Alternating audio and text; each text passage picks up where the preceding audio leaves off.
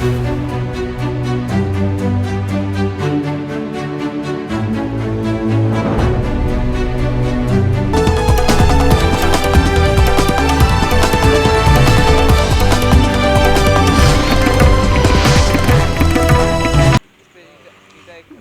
से माता पिता अपने बच्चों को समझाते हैं, कहते हैं कि अपने पैरों पे खड़ा होइए।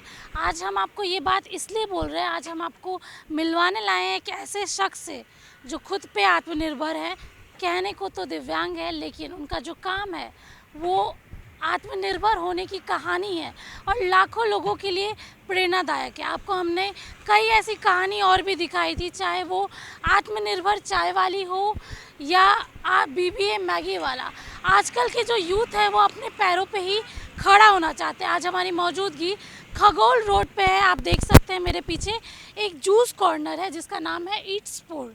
जो इसके ओनर हैं, जिनका नाम अमित सिंह है, वो दिव्यांग है। उनके साथ जो काम करते हैं, उनकी हेल्प करते हैं, उनका नाम सुमित है।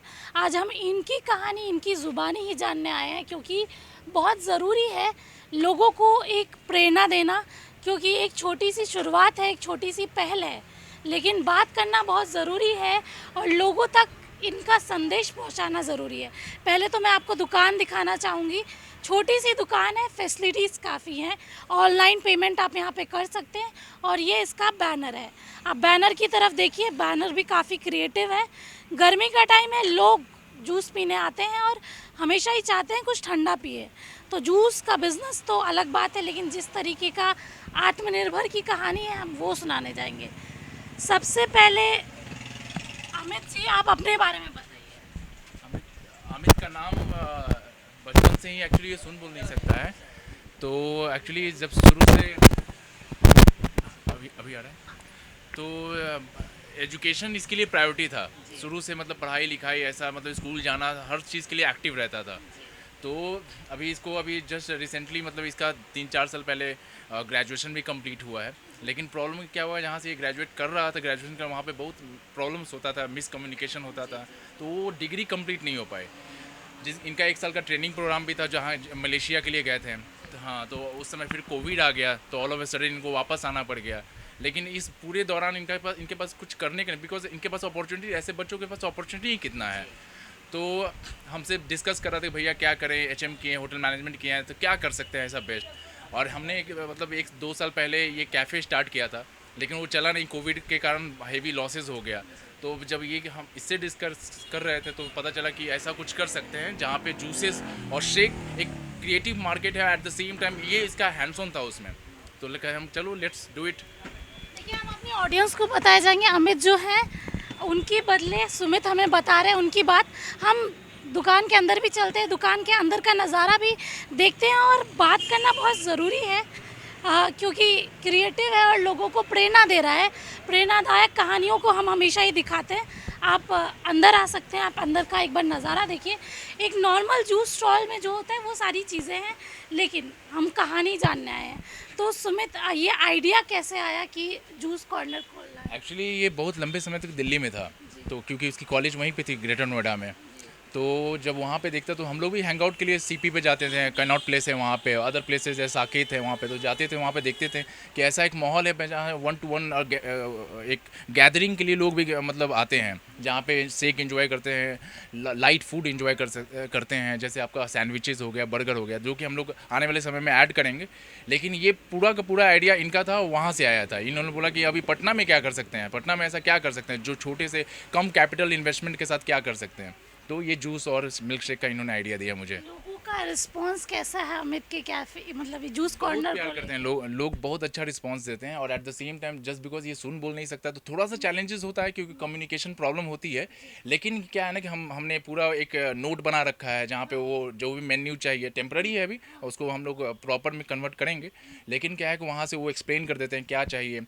जहाँ तक कैश करा तो आज पेटीएम है, आज के पेटीएम के ज़माने में मतलब कैश काउंट करने की ज़रूरत नहीं है। फिर उसके बाद अगर कैश रहा भी तो वो पूरा चीज़ अपने आप वो हैंडल कर लेता है, जिसके मतलब हम मुझे इन्वॉल्वमेंट, मेरा इन्वॉल्वमेंट नहीं चाहिए होता है वहाँ पे। तो ये ऑल सारा काम यहाँ पे, वेदर वो बनाना हो, वेदर वो फूड प्रिपेयर करना हो, लाना हो, क्या लाना है, कितना घट गया, ये सब ये नोट तैयार करता है। नोट तैयार करते हैं, आप इनके सहयोगी बन के बताते हैं। इनफैक्ट ये मेरे साथ रोज नया नया रेसिपी शेयर करता है। आप देखेंगे तो नया, अभी जैसे मेयोनीज चीज़ सैंडविच है, तो इन्होंने पूरा अपना बना रखा है। मेरे को ये बोलेगा कि भैया मेरे को ये चीज़ चाहिए, तो मैं ये ला के इनको प्रोवाइड करता हूँ फिर। सुमित, ये तो अमित की कहानी हुई, आप इनसे इतना जुड़ाव रखते हैं, मतलब क्या रिश्ता है? मेरा छोटा भाई है ये। अच्छा। हाँ जी। तो शुरू से जब देखिए हमारे लिए क्या है ना कि सोसाइटी बहुत इजी है, एक काइंड ऑफ इजीनेस तो है हमारे लिए, लेकिन इनके लिए क्या है, इनको मिसट्रीट भी होना पड़ जाता है जस्ट बिकॉज वो सुनते बोलते नहीं हैं। दूसरा क्या है ना कि कोई प्रॉपर एजुकेशन फैसिलिटीज़ बिहार में है नहीं। बिहार में क्या प्रॉपर इंडिया का बात करें तो वहाँ भी नहीं है। तो अभी इनके क्या, इनको नॉर्मल स्कूल में हम लोग डाले पढ़ाई लिखाई के लिए, 10th तक यहाँ पे पीजीएस से इन्होंने अपना स्कूलिंग किया। उसके बाद हायर एजुकेशन के लिए क्लास 12th के लिए तो इंदौर भेजा, जहाँ पे इनकी संस्था थी जहाँ पे ऐसे बच्चों को पढ़ाई किया जाता था।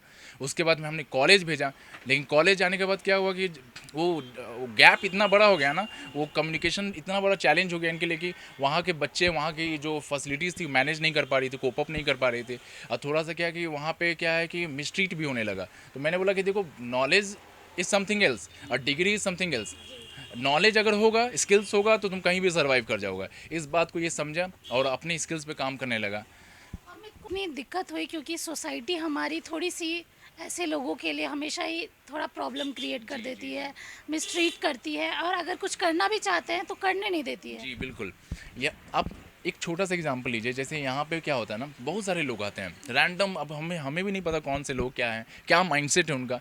कुछ लोग आते हैं जो बहुत मतलब उनके अंदर इतना काइंडनेस होता है कि वो समझते हैं कि अगर प्रॉब्लम है तो हमें इनिशिएटिव लेना पड़ेगा कि इनका जो बात है ना, अगर नहीं क्योंकि साइन लैंग्वेज सबको नहीं आ रहा है, इसे तो आ रहा है, ये American sign language, Indian sign language सब जानते हैं, लेकिन आपको नहीं आता, हमें नहीं आता है। तो क्या है कि अब वो जो कन्विंस करना चाहता है, जो कन्वे करना चाहता है, वो हो नहीं पाता है। अब क्या है ना कि बहुत लोग क्या है ना कि अगर मान लीजिए कि एक कोई शेक पिया, अभी वो शेक पिया और कुछ लोग चले गए, जस्ट बिकॉज वो सुन नहीं सकता तो वो अपनी बात कह भी नहीं सकता है, कोई समझ भी नहीं सकता है, तो इस बात का कोई फ़ायदा उठाए। कुछ लोग बहुत सपोर्ट भी करते हैं, जैसे एक इसका फ्रेंड है, उन्होंने 2-4 फूड ब्लॉगर से कनेक्ट करके उनको बुलाया, उनको प्रोपोगेशन पे हेल्प कर रहे हैं वो। तो ऐसे भी लोग हैं। तो ये अभी इनके लिए चैलेंज क्या है कि इसी सोसाइटी में जीना है। अब ये दोनों, बुरा और अच्छा दोनों देख के चलना है। अभी कितना डेली बेसिस पर जो उनका जो खुद का कैपेसिटी है, कितना सीख सकते हैं, अब ये धीरे धीरे ही पता चलेगा। लेकिन हमारी एज ए सोसाइटी हमारी रिस्पॉन्सिबिलिटी है कि ऐसे लोगों को नॉर्मल लोगों से ज़्यादा सपोर्ट चाहिए। जी बिल्कुल। आप अमित, साइन लैंग्वेज में हमारे ऑडियंस के लिए कुछ कहना चाहेंगे, अगर आप इनको बता सकें?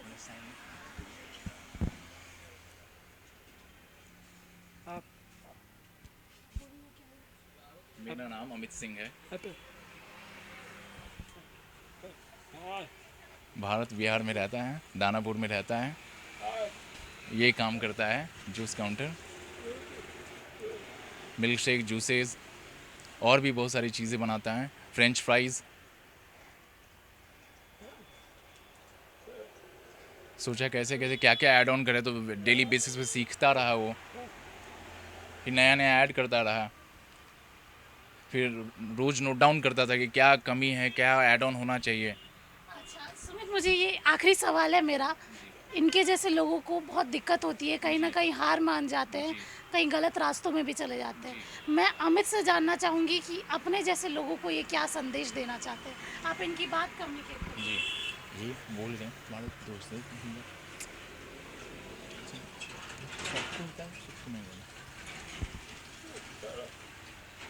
पहले जब मैं काम करने जाता था, 9 बजे जाता था, 10 बजे रात को आता था, बहुत दूर जाना होता था,